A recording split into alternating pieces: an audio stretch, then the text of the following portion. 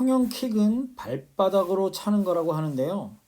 과연 그것이 사실인지 오늘은 이에 대해서 알아보도록 하겠습니다.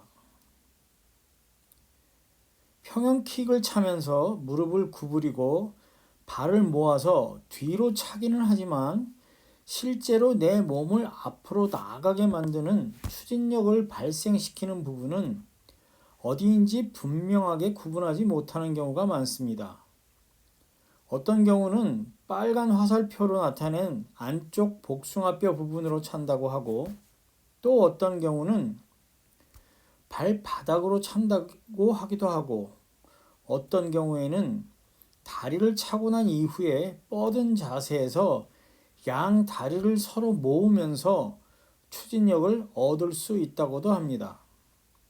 일단 다리를 모으면서 추진력을 얻는다는 이야기는 빼도록 하겠습니다. 그 이유는 여러 번 언급했었지만 내가 앞으로 나가는 속도보다 다리가 뒤로 움직이는 속도가 빨라야 하지만 다리를 서로 모으는 과정은 뒤로 이동하는 속도는 거의 없으면서 좌우로 이동만 하고 있기 때문에 추진력에는 도움이 되지 않습니다. 그러나 만약 앞으로 진행하는 속도가 아주 느릴 경우에는 추진력에 아주 조금은 도움이 될 수도 있습니다. 그러나 속도가 조금만 있는 경우라면 도움이 되지 않습니다. 그리고 다음으로 복숭아뼈 부분으로 찬다고 이야기하는 것은 노에서 패들은 빼고 막대 부분만 있는 것으로 노를 젓는 것과 마찬가지일 것입니다. 즉, 노를 저어서 앞으로 나아갈 수 있기는 하지만 실제 효율은 많이 떨어진다는 것입니다. 이해하기 쉽게 말해보자면 팔을 돌리면서 주먹을 쥐고 풀을 하는 것과 같을 것입니다. 아시다시피 손바닥을 사용하는 것과 사용하지 않는 것의 차이는 상당히 큽니다. 그렇다고 주먹을 쥐고 수영을 하면 앞으로 나가지 않는 것은 아닙니다. 이와 같이 손바닥을 펴는 것과 발바닥을 사용하는 것은 같은 의미를 가지고 있습니다. 비록 발목의 유연성은 없지만 평형킥을 하면 앞으로 나아가는 이유도 여기에 있는 것입니다. 그리고 가장 나쁜 경우는 평형킥을 하면서 발끝을 펴는 경우입니다. 그럴 경우는 노를 젓는 것이 아니라 노를 가지고 물을 찌르는 것과 같기 때문에 그저 유연성이 부족한 것보다도 더 앞으로 나아가지 못합니다. 그리고 발목의 유연성의 의미도 정확하게 알고 있는 것이 중요하기 때문에 이야기해 보도록 하겠습니다.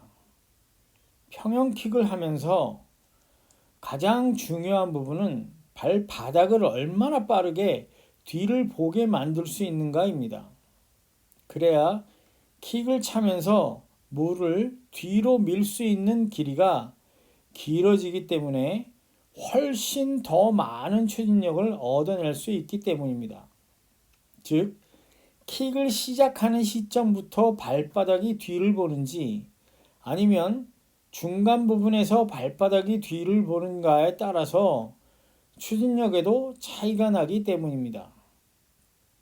그렇지만 자세히 살펴보면 그저 발목에 유연한 것이 아니라 발목의 방향이 어디를 향하고 있는가에 따라서 차이가 나는 것입니다. 발이 뒤를 보고 있다고 하더라도 발가락이 완전히 아래를 향하고 있어서 마치 뒤꿈치로 발을 찬다고 한다면 이 또한 추진력이 떨어지는 것입니다. 이런 경우는 막대기를 젓는 것이 아니고 찌르는 경우가 될 것이기 때문입니다. 따라서 어떻게 하면 발바닥을 가장 효율적으로 사용하는 것인지를 아는 것이 중요합니다. 물론 발목의 유연성을 어떻게 향상시키면 자연스럽게 찾아가기는 하지만 유연성의 형태에 따라서 또한 달라질 것입니다. 그러면 기본적으로 우리가 원하는 발목의 유연성은 어떤 것이 좋은지 알아보도록 합시다. 지금 영상에서와 같이 앉아 있을 때 첫째로 발바닥이 바닥에 닿아야 다리를 모은 후 킥을 시작하기는 시점에서 바로 발바닥이 뒤를 향할 수 있습니다. 그리고 발가락이 이렇게 구부러져 있는 것도 역시 유연성이 부족하기 때문에 나타나는 현상입니다. 또한 실제 평행킥을 시작하는 동작과 같은 자세를 영상과 같이 취했을 때 뒤꿈치는 바닥에 닿아 있어야 함은 물론이고 발바닥과 발가락이 바닥에 닿을 수 있을 정도까지도 유연성이 필요합니다. 그래야만 킥을 차기 시작하면서 바로 발바닥이 뒤를 향할 수 있기 때문에 킥의 추진력을 최대한으로 끌어낼 수 있을 것입니다. 앉아서 발바닥이 바닥에 닿을 수 있을 정도의 유연성을 가진 선수들은 종종 있기 때문에 킥이 상당히 좋은 선수로 나타납니다. 지금 영상의 경우도 무릎과 발목의 유연성이 상당히 뛰어난 선수의 경우입니다. 지금의 사진에서 살펴보자면 빨간 선으로 표현된 것이 실제 킥을 시작하면서 향하고 있는 발바닥의 방향입니다. 실제 추진력이 제대로 나온다고 할 수 없습니다. 그러나 만약 발바닥의 방향이 파란색으로 표시된 선과 같은 방향으로 움직일 수 있다면 킥에서 나올 수 있는 추진력은 굉장히 커질 것입니다. 물론 인간의 발목과 발의 구조상 이런 형태를 만들기는 거의 불가능에 가깝기는 합니다. 그러나 최대한 유연성을 발전시켜서 파란 선에 가까운 발의 방향을 가질 수 있다면 평영 선수들에게는 엄청난 이득이 될 것입니다. 따라서 이 동작을 만들기 위한 유연성 훈련을 꾸준하게 실시하는 것이 선수들에게는 필수적일 것입니다. 유연성 훈련을 하지 않으면서 킥이 빨라지게 만들기 위해서는 엄청난 파워가 필요할 것입니다. 그렇다면 이 발목의 유연성을 기르기 위한 훈련을 간단하게 몇 가지 소개해 드리겠습니다. 물론 다른 영상에서 설명했었습니다.